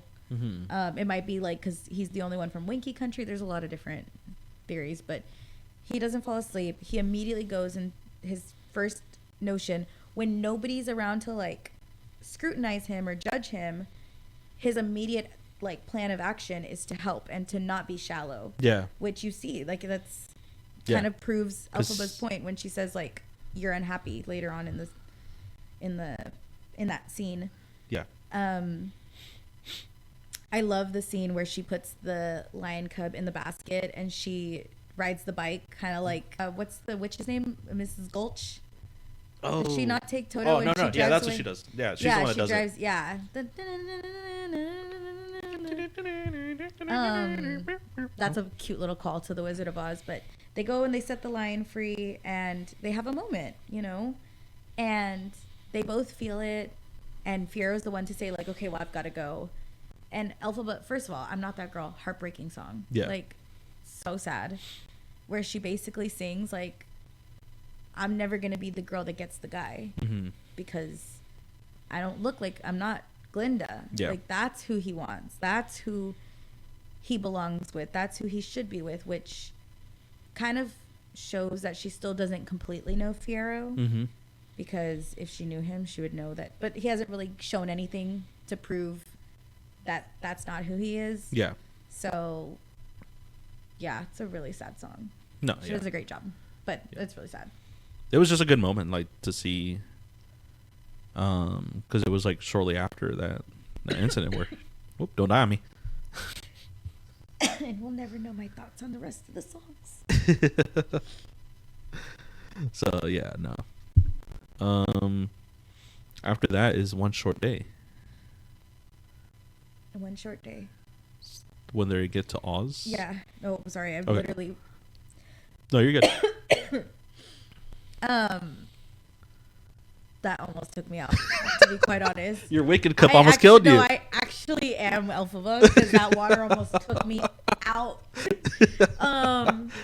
No, One Short Day. So again, literally I'm gonna start every single song with so good. Yeah. So good. But I feel like One Short Day really sets the tone for honestly the entire movie because they really put production into it. When I tell you, okay, let me just go from the beginning. Yeah, go for So it. good. You walk into this is the first time you're seeing the Emerald City, Yep. and boy, did they emerald that city. Like the set is so like just grand. Everything's grand. Everything's just kind of wacky and like weird. Mhm. The way people dress, the way which it's again you think, and nobody's freaking out that she's green, Mm-hmm. which almost makes you think like, well, why don't you just move to the city? Yeah. But they're having this amazing day. At this point, they are best friends. They're like so in sync, Glinda and Elphaba. They love each other. They're having this best day. They're One Short Day, which kind of shows you that the good times do not last very long. It's just one short day. Yeah. But then you get to honestly like the biggest like jaw-dropping moment for me the first time I watched it, because that the little break in the song where they have a play Yeah. and they bring out Idina and Kristen. I was not spoiled on that at all. Like you had no idea. I had no idea. I literally like can remember the feeling. I was watching it when we went to go watch it. Yeah.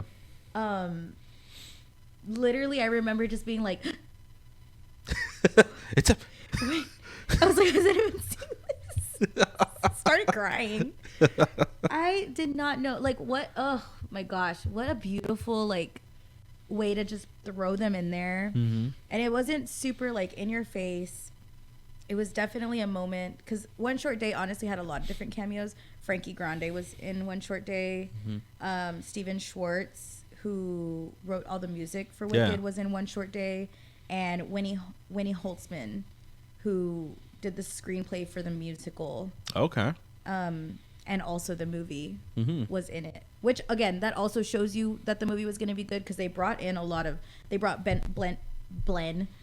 Mark Platt, who is Ben Platt's dad. Goodness, spit it out. They brought him in. So they brought in a lot of the original creators of Wicked to the movie. But yeah, no, they had a little bit of like cameos, but obviously the cameos that matter are Idina and Kristen. Yeah. That whole section, not from the musical. Completely made up roles for these women. Fantastic. Love it. When Idina does the who thought of that? Who bring them to my desk right now? Yeah. Because I need to say thank you and kiss them on the forehead. Yeah. Because fantastic. So good. Like them singing with their counterparts, like Kristen singing with Ariana and Idina singing with Cynthia. Like, those just so clever. It's just like such a little like love letter to the musical fans that doesn't take away from the movie as a whole. Like, if you're just going in and watching, you're like, oh, that's cute. Like, you know, it flows into the rest of the song. But like for me, it was everything. Yeah. Like jaw-droppingly everything. Yeah, because like I knew who they were, but then like I don't believe when I went to go see it again with my sister, and I don't even think she knew who they were. Yeah, and you just think like, oh, it's just the movie. Yeah, and she just kept enjoying it, but then when I told her who they were, she's like, wait, what, really? Yeah, it's honestly, it was just so much fun to like. It's just a fun little like nod. I hope that they do that in the second movie as well. Like, maybe not cameos every other song, but like, give me John Chu, which he's not in the musical, but give me John Chu in like one of the pews at the wedding. Like, I love a cameo. I know you don't like Twilight, but Stephanie Myers would be in had cameos like throughout the. Did she? Yeah, she does. Oh my god. She has one in the first movie and the last movie. Oh god. I just love it. I love a cameo. Like, let me see somebody I know in the. No, like I like cameos. Give me Ed Sheeran in Game of Thrones. Because you have like, remember when we made a comment about the It Ends With Us? Colleen Hoover was. Yes. She made a cameo. Give me that. I know Zack Snyder's like in his own like Zack Snyder's Justice League. He has a cameo. What is who's the guy that just did the new Superman? James Gunn. Yeah, James Gunn. James Gunn and his brother. Oh, Sean Gunn. Sean Gunn. I only know Sean Gunn because I love Gilmore Girls.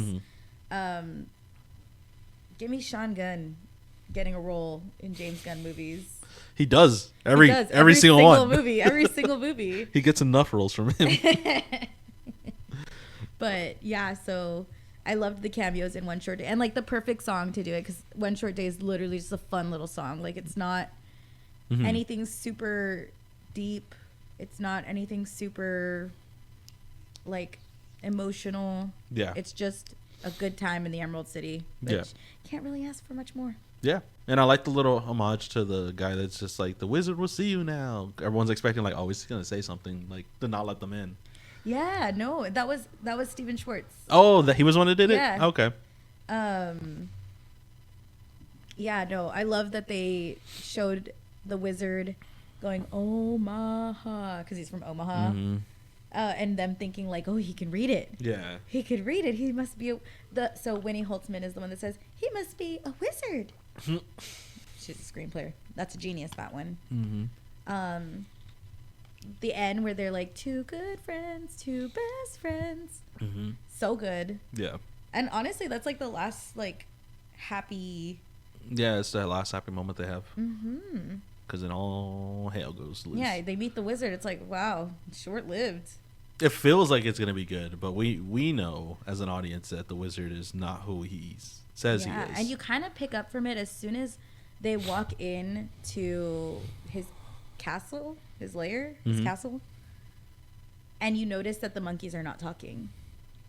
Like, they're walking down on their way to go see the wizard, and they like say hi to the monkeys, and the monkeys cannot talk. And that's like the first like, oh, okay, things are like a little weird, a little grim. It was super happy on the outside, but in here it's a little eerie, little creepy. Yeah, like more intimidating and shit. So Yeah.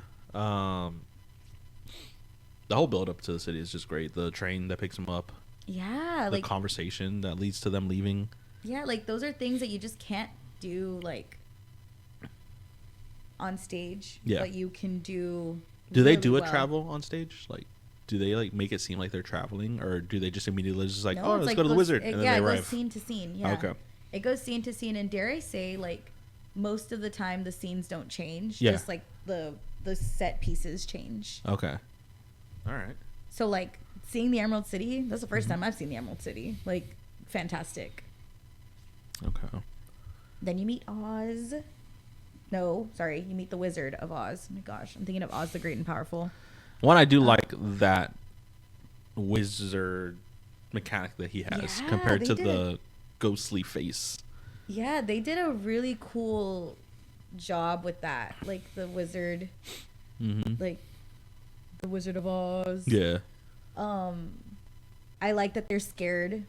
I Yep. like that. So just to kind of show you, like, just to kind of talk a little bit more about, like, not the behind the scenes, but it's something to notice that, like, when they show up, they're, like, so in sync. They're Mhm. even kind of wearing similar outfits to each other. Mm-hmm. Glinda and Elphaba. Very similar, like, shapes, patterns, which is just really good costume design. Mhm. Because you're like, wow, they are so in sync. Before they meet the wizard, Glinda looks at Elphaba and says, Elphaba, you can do anything. Mhm. Like, you can do anything you set your mind to. Yeah. She's very encouraging. Again, if you look at what they're wearing very similar outfits, Mhm. similar patterns, similar, just different colors. Yeah. They meet the wizard, and they both get a taste of what their life could be like if they worked with the wizard. Mm-hmm. And then that's the last song before Defying Gravity. But of course, we can talk about, like, okay, so then you find out that Elphaba has natural magic with her. She Yep. sings the Grimmery, she reads the Grimmery. So, which, again, so serious, but then you see, like, Glinda, like, can I touch it? No. Complete That relief. that we also get the Yellow Brick Road. Oh, Or- yeah, you get the Yellow Brick Road. where they- That's added. That's not from the Oh, musical, okay. which was so cute, like, Yeah. looking at the colors. Yeah, I thought that was a cool way of doing it. I will say in regards to when it comes to the Sentimental Man song, because he's pretty much trying to tell everybody like he is this person. Mhm. It's almost like the people that say like, "Oh, I'm a great guy," like I'm a good guy, Yeah. and those are the ones that I have a hard time trusting Yeah, the the most. ones, like, if you have to say that you're a great person, odds are not Probably that great not, of a person. Because you're nobody saying, else said- yeah, you're saying it because nobody else will say it. Yeah. So it's just like, and those are the ones I'm like, ah. So. And remember, like, he's also trying to relate to Elphaba because Elphaba actually is a sentimental person. Mm-hmm. You know, he shows her the little figurine Mm-hmm. of her that she could live in the palace with him. Mm-hmm. And he says, is that your heart's desire? Still kind of playing into, like, I can make whatever you want come true. And she says, I want you to save the animals. Like, she has a moment where, for the first time in the entire movie, she's saying, like, actually, no, I accept that I'm green. Mhm. And I'm okay with it. I would rather you help the animals. That's more important to me. Yeah, and you can Which tell shows that's that not she's what so selfless. and you can tell that's what he didn't want to hear. Yeah. He's like, I had a feeling you'd say that. That's what I like to do. Making people happy. Yeah. So no, yeah, we get to see her read the Grimmery, right? Grimmery. Mhm. Okay. Yeah, she reads the Grimmery. Do we learn why, like how, like why she knows it, or like learn? Yes. Okay. Yeah, you do. Okay. You do, and as of right now, she's natural with magic, Mm-hmm. and I mean, even Madame Morble says, like, I can only read a few words, so it's okay if you can't. She just starts like reading it like nothing. Yeah. Mind you, she didn't really understand what she was doing, Mm-hmm. and they're using that to their advantage because remember the wizard says, like, oh, this is Chistry, the head of my army. Yeah. And he looks outside at the birds all day and he wants to fly like them, and he kind of puts it in her head like he wants this. Mm-hmm. Chistry cannot speak up for himself. Elphaba's still like talking to Chistry, thinking like she's gonna get a response, and she doesn't put it together that like she's not, cause can't talk. Yeah. So then she does the spell again. They did such a good job with like the wings, Mm-hmm. the transformation, because it is painful like in the musical. Yeah. I mean, they're the screaming that screaming. he was Yes. doing. Oh my god! Like I literally remember watching it. I was like, oh, I don't like this. Yeah. When he falls, like the sound, like they did a really good job at making you feel really bad for these monkeys. And she feels bad immediately, and she's like, how do I undo it? How do I undo it? And this is where you start seeing like, okay, things are falling into place for the Wizard of Oz, because you know the Wizard of Oz has flying monkeys, and so you're even getting their backstory, like that they weren't always flying monkeys. This is how they came to be, which is what you really get. That's what really Act 2 of Wicked is like. How did all of this come to be? How did it get so bad? How did the Wicked Witch truly become the Wicked Witch? And what does that mean to the actual story? And so you start getting that here. I think once you get to Oz and you meet the wizard, when all the characters meet, that's when you get like, okay, now we're getting into the Wizard of Oz. Now we're getting into like the behind the scenes. One of the best shots in the movie, I think, is Madame Morrible like sending so Elphaba obviously finds out that the wizard does not have real power. Yeah. He says they also just give it away. They're like, oh yeah, they're gonna make excellent spies. Yeah. To report back on salacious animal activity. Yeah. After she just said she wants to save the animals. Maybe that's not what you say. Yeah, he's like, we didn't mean spies. We meant scouts. Yeah. He's like, is that better? Right. So she quickly puts two and two together, like, wait, why did you need me to do this? Yeah. You could have just done that. You don't have any real power. Glinda obviously does not care. She's still like down with the wizard. Yeah. She's finally feeling like, okay, like he said I could be here too. Like, she runs away. She takes the grimoire. And Which then Madame Morrible uses Glinda to be like, if you bring her back, then I will do something good. Yeah. She sends the monkeys after them, which I think that's the scene I was talking about, where she's walking away from the monkeys and they're like flying behind her. Yeah. Such a good shot. Yep. Again, Michelle Yeoh, so much power. Like, she's so powerful. She's so horrible. She's so horrible. She's so good at her job. And then you have like the last part of the movie, which is Elphaba kind of making that decision of like, okay, the wizard's not gonna solve my problems. I have to solve my own problems. And she is realizing like, and I am powerful, and they're like, obviously I'm powerful if he needs me. Yeah. Like, what can I do with that power? I can probably do some real good. And you get Madame Morrible announcing to the world that she is the Wicked Witch. Yeah. Which is like, oh my gosh, the scene of Elphaba, literally, like, it's like a shot and all you hear is Madame Morrible saying, this repulsion, this Wicked Witch. Yeah. And you see like Madame Morrible, who she's spent the whole movie trying to impress, who she thought was the only person that cared about her power and made her feel like her power was special. Flip it like that. Yeah. And all of a sudden she's listing out the worst attributes that Elphaba's ever thought about herself. Yeah. So sad. Like, that was somebody she idolized. Yep. You have Glinda saying like, just listen to the wizard. Like we can still get everything we want. Yeah, you can get everything you ever wanted. Yeah. And Elphaba has to make the decision, which is the harder decision. Like, it's not the easy thing would have been to be like, okay, yeah, you're right. But she doesn't. She says, no, it's time for me to defy gravity. That song, first of all, Tattoo, so good. And she sings, you know, I'm unlimited. Yeah. It's not me and the wizard together, we would be unlimited. I have to be unlimited. She tries to get Glinda to come with her, and she says, think of what we could do together. And it's so sad because Glinda says, like, I'm not going with you.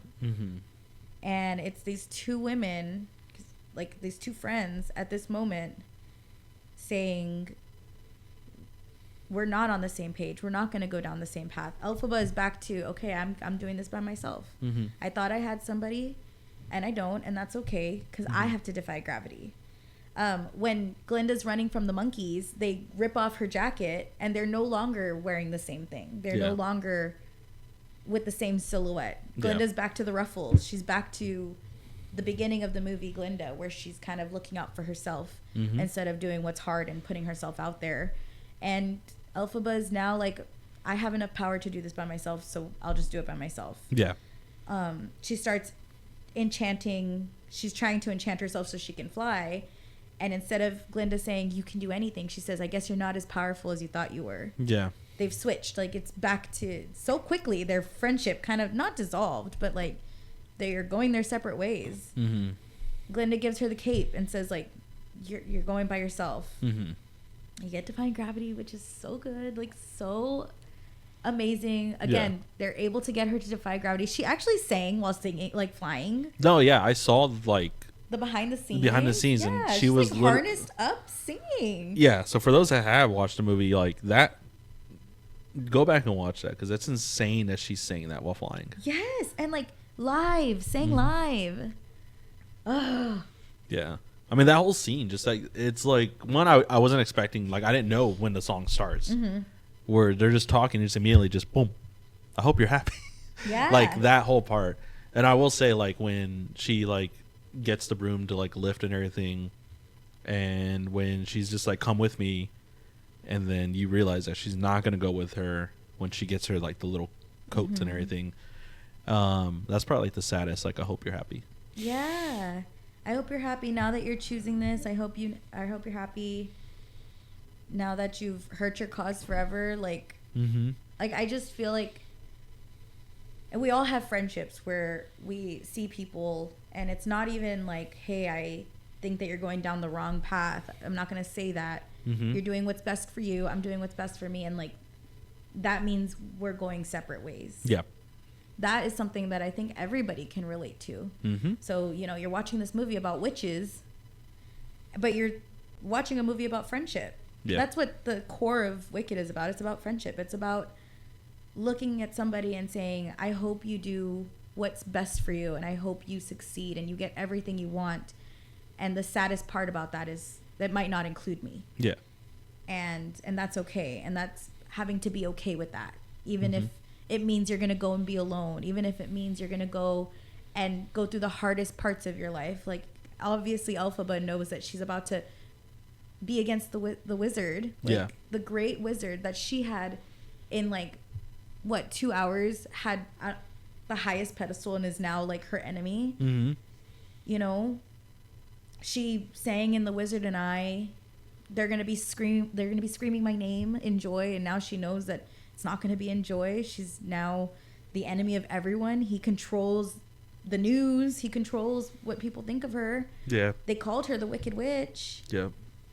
You know, as if people didn't already need to call her the Wicked Witch. They already didn't like her. And she's about to go and do the hardest parts of life without her friend. And she still wishes the best for her. She doesn't say, like, you're going to regret this. You're my enemy. She doesn't. They come and they take Glinda, and she says, no, it's me. I'm the one you want. Leave her. She doesn't have anything to do with this. Yeah. She could have gone off and let them capture Glinda. She didn't do that. Yeah. So she sings Defying Gravity. She finally like comes into her power. They added the part where she falls. Yeah, I was about to say, like, the falling part was like, that was like a moment to like stop the song, but like it was great to see her look back when she was a kid. Yeah. And then she's reaching out to her, like, herself. Yes. Like, then, she's like, falling, and she like has to figure out like who she's doing it for. Like who she's fighting for. And it's herself. It's that little girl that herself. that we were introduced to at the beginning. It's the little girl that thought the wizard was going to solve all her problems, and she's reaching out to her because she's like, no, I'm going to solve all my problems. I have to. There's nobody else. Like, she's back to being on her own. Yeah. And she sings, and there's so many lines in this song. Like, she says, and soon I'll match them in renown, which is basically her saying, like, and the wizard, you think he's the best, you think he's gonna save the world, I'm gonna match that. I'm gonna match him in renown. And whether you guys like it or not, like, I'm gonna be the one to defy gravity, and still everyone thinks I'm evil, and I'm still gonna do good for the world.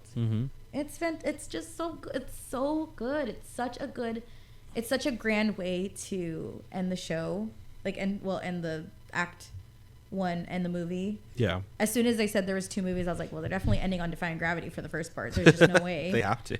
That's how you end Act 1. Yeah. And it's such a beautiful way to end the movie, because if you were to look at the movie just as Act 1, it's a completed movie. Yep. Obviously, it's a cliffhanger because what happens next, but it is a full story. You get the full arc of what made Elphaba, because the second half of the second half of the show, the second movie, you're gonna get Elphaba completed. Like, she is in her own skin. She's comfortable. She's strong. She's powerful. And the first movie is just showing you how she got to that point. Yeah. Yeah, no, that song, because that's that song, the part where she is falling, she gets her broom and then she flies up and says, like, well, if you care to find me, or something like that. Like, that whole part, like, that gave me goosebumps. And then obviously the final note that she sings, It's like her battle cry. It's like her like release of frustration. It's and right before it, you get, and nobody in all of Oz, no wizard that there is or was, is ever gonna bring me down. Like, she is straight up just saying, like, and nobody can control my emotions. Nobody can control how I move forward. I've given everyone that power and everyone has let me down.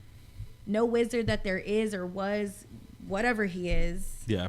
Because at this point, she's like some random guy who just had a couple of coin tricks and really made it everyone's problem that he didn't have magic. Is not going to bring her down. She knows that she's more powerful. It's such an empowering, it's the most popular song.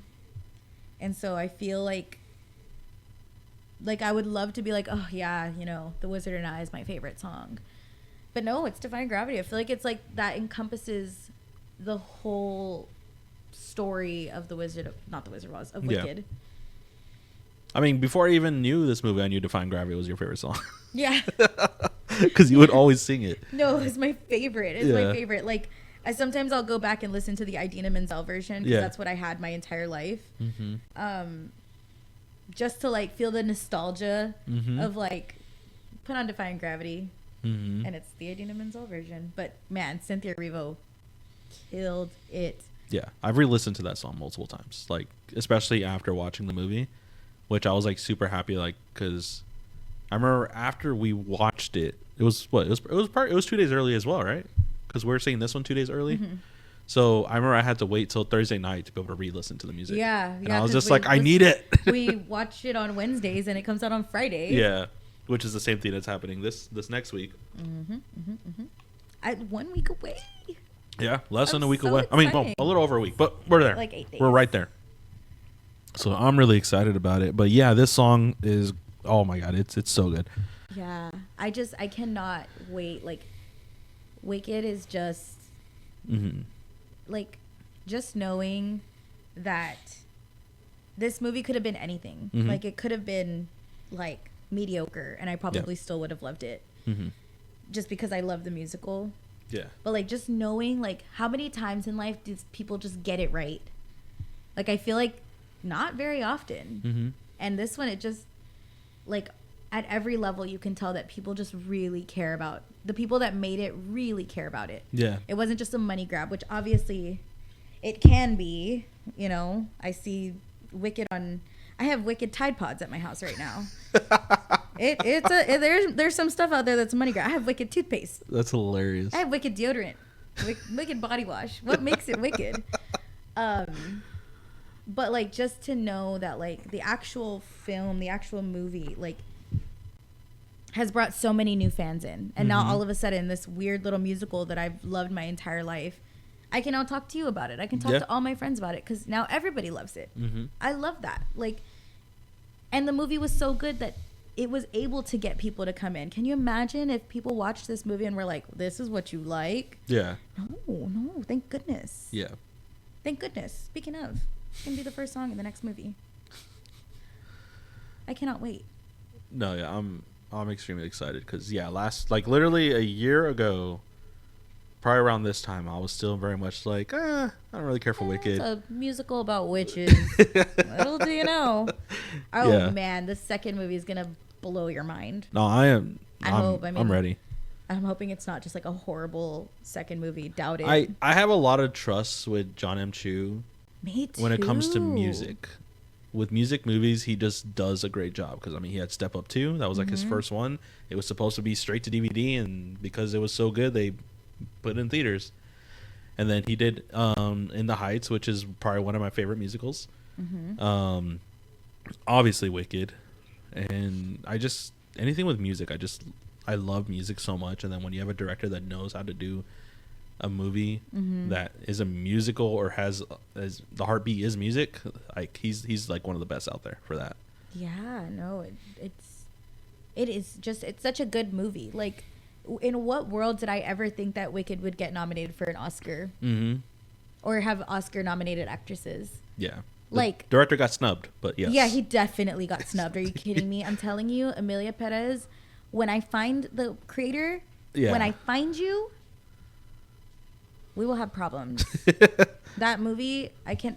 Whatever. I'm not even gonna talk about it. Yeah, no, that movie was terrible. Thank you. I wasn't gonna say it. I wasn't gonna say the T word. Terrible. I wasn't gonna say it. It was horrible. That was awful. Madame Horrible would be disappointed. It was horrifying. Hideous. There you go. There you go. There's the word. Hideous spell. But yeah, the movie means so much. The musical meant so much to me. The movie means so much to me, and like being able to share it with like my friends that probably would never even care to see the musical. And even now, I have friends that are like, "I love it. Should I watch the musical?" And I was like, yes, you should, just to say that you have.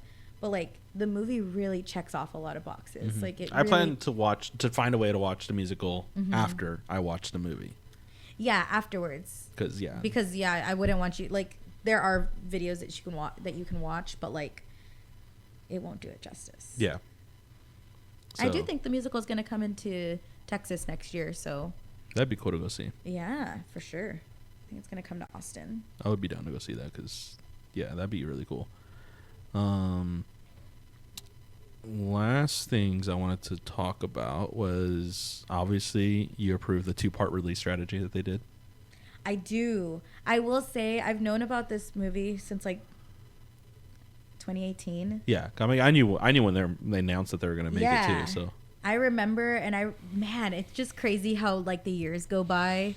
Because I remember when they announced 2 parts, and I was like 2024 and 2025. Are you kidding me? Am I even going to be alive then? I have to stay alive until 2025? This is like pandemic time. Yeah, it was like pandemic. I'm just supposed to survive until 2025? You're like, I'm beating this fucking pandemic now. Yeah, I was like, man, I'm social distancing.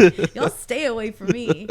Man, but yeah, I was upset when I first heard it. I was like, y'all can't just do a 5-hour movie. Be so serious. And even last year, after watching the first part, I was like, they should have just double released it. How iconic would that have been? Alamo Drafthouse is doing a double feature. Oh, I'm taking the day off on Thursday to go see it. At 11 a.m. I'm watching part 1, and then I'm watching part 2 right after. Nice. The day after, we go see it on Wednesday. So, I'll be there, and I will be watching it multiple times. But yeah, I do approve of the 2-part release. I think originally I was like, I don't want to wait. But now that it's here and I get the excitement and being able to see like the new premieres and like the new merch and I get it. And I think it garners it's almost like more excitement this time because all the people from last year that were like, I guess I'll like Wicked are now excited to see what happens next. Yeah, and clearly the world's longest intermission. And clearly, technically, it really was. And so it feels like the Harry Potter movies all over again. The last movie. Oh yeah, because it was part 1, part 2. Yeah, exactly. Like the way people were probably like, "Are you kidding me?" But then it's like, okay, more time with each part, with each scene. I never wanted it to be rushed. Yeah. And man, if they were able to make it's 2 hours and 45 minutes and 2 hours and 20 minutes, which is what, 5 hours?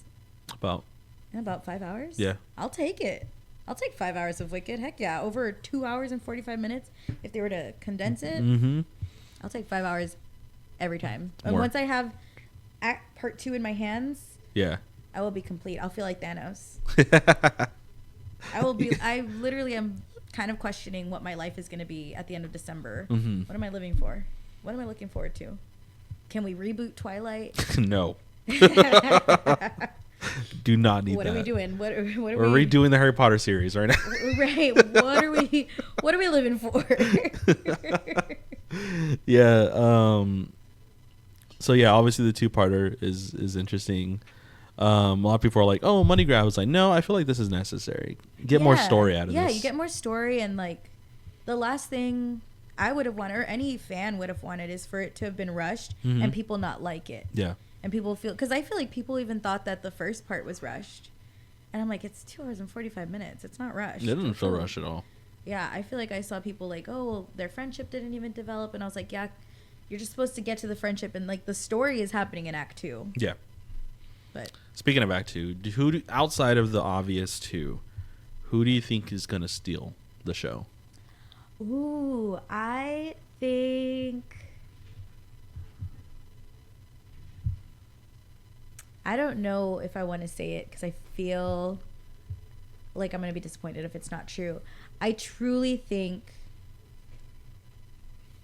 Marissa Bodie Mm-hmm. and Ethan Slater Okay. are going to be standouts. Okay. I just don't see. There's a song in Act 2 Mm-hmm. that is it's a pretty good song. It's a pretty big song, but it didn't make it to the cast recording. Okay. Because in the musical, it's like not super long, Mm-hmm. but it's a song by Marissa Bodie, and not Marissa Bodie, by Nessa Rose. Yeah, that's right. And they're putting it on the album for this next movie, and they're kind of like fleshing it out. Yeah. So I'm really excited because I think it's good. It's a big moment. Okay. So I'm excited. I think Ethan Slater is gonna really have to put some acting chops on there, and I think he's gonna rise to the occasion. And Michelle Yeoh, I think Madame Morrible is gonna have a really, really standout performance. Mm-hmm. Okay. Just because I know Michelle Yeoh can give a good performance. Okay. So before we close out, And obviously Cynthia Erivo and Ariana Grande. yeah, but I mean, well, that's why I said Yeah, outside of classic. the obvious ones, like we have to hear more about They other better characters. win Oscars. I'll be I don't so know. mad. I don't know who they'll be up against, honestly. So, but before we head out, I want to know, outside of Defying Gravity, what's your favorite song? Actually, give me a ranking of the top 3 songs. Oh. Obviously, Defying Gravity is one. It's obvious, but it's actually not that obvious because I really like For Good as well. But Defying Gravity has to be one. Are you kidding me? Okay. I almost feel like I don't have to rank it. Okay.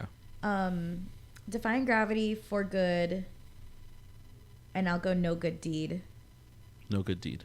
And Okay. No Good Deed and For Good, you can probably like switch them out depending on my mood. Okay, so we haven't even heard 2 of those songs yet, so No, that's no, exciting. No, yeah. People are like, oh, well, Act 1 has Popular and Defying Yeah. Gravity. Act 2 has some heavy hitters because Yeah. Thank Goodness, which is the opening act, which she was sang at the Wicked One Wonderful Night. Mm-hmm. So good. Like the songs in Act 2 are just as good. I do like them a little bit better. Mm-hmm. Act 1 just wins because it has Defying Gravity for me. But yeah, I mean, No Good Deed. Oh, cannot wait. They didn't even sing it at One Wonderful Night, and I know it's because we were not ready for it. Yeah. Okay. And I'm For excited. Good, obviously. I'm excited because, like, obviously for me right now, because I haven't heard the other songs, so my top Yeah. 3 I would. think you're gonna love No Good Deed. Yeah, like I'm ready for it to change when I hear it, but as of right now, for me, it's Defying Gravity, it's Dancing Through Life, and then No One Mourns the Wicked. Those are my Good. top 3. That's a good top 3. Those are my top 3 right now. That's a good top 3. So we'll see if that changes. I might have to make top 5. No, I can't wait to see. I'm literally gonna poll everyone after they watch the second one and be like, okay, I need the top 3 Yeah. right now. It'll say a lot about our friendships. All right, we'll see what's gonna happen. And one, I just want to say, because the fact that, like, I remember I was dogging you for so many years about Wicked, is I am so happy that you kept doing it because I love this franchise now. I'm so happy. See, that's what I did it for. People thought I was just annoying and weird about some random musical, and now look at us. Yep. Now we're all talking Wicked Wicked. podcast. Wicked Obsession. I have people sending me like what they're getting, like Wicked wise, like shirts and stuff, and I'm like, yeah, thank you. Yeah. Too bad this won't happen for Twilight. So.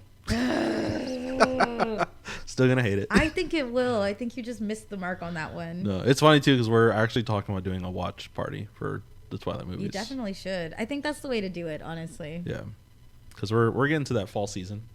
Yeah, we're getting it's nice getting, weather. Yeah, it's getting cool, chilly. So. It's getting no sun in the sky, so the colors can come out. Yeah. All right, y'all. For those that have been listening to us, thank you for listening to this. I feel like we definitely went a little longer than maybe expected. I know, because like while talking though, I'm like, I feel like I could have said more. Yeah, but that's why we're having a part 2 Right. for Wicked for Good. So we will be back here to talk about the second movie and anything else that we may have missed. I can't wait for the second movie to come out because then we can really talk about everything. Mm-hmm. So I also had to catch myself like, okay, don't say that. Yeah. Don't say too much. Yeah. And Spoiler-free review. And since my plan is for this to release the date that we are going to see Wicked for Good, so by the time this comes out, we will be probably sitting in the theater to watch it. So I'll see you at the movie theater. Oh my gosh, exciting! We'll see you at the movie theater because we absolutely did get a private movie theater for this. Yep, we're getting advanced screening thanks to Jaci. So don't call me psycho fan for nothing. That's what happens when you have a Wicked fanatic as the organizer. Don't give me a passion and an email address to the San Francisco's event center. Yeah, but until then, everyone, thank you for listening in. It's been fun, and Bye. we will see you for Wicked for Good.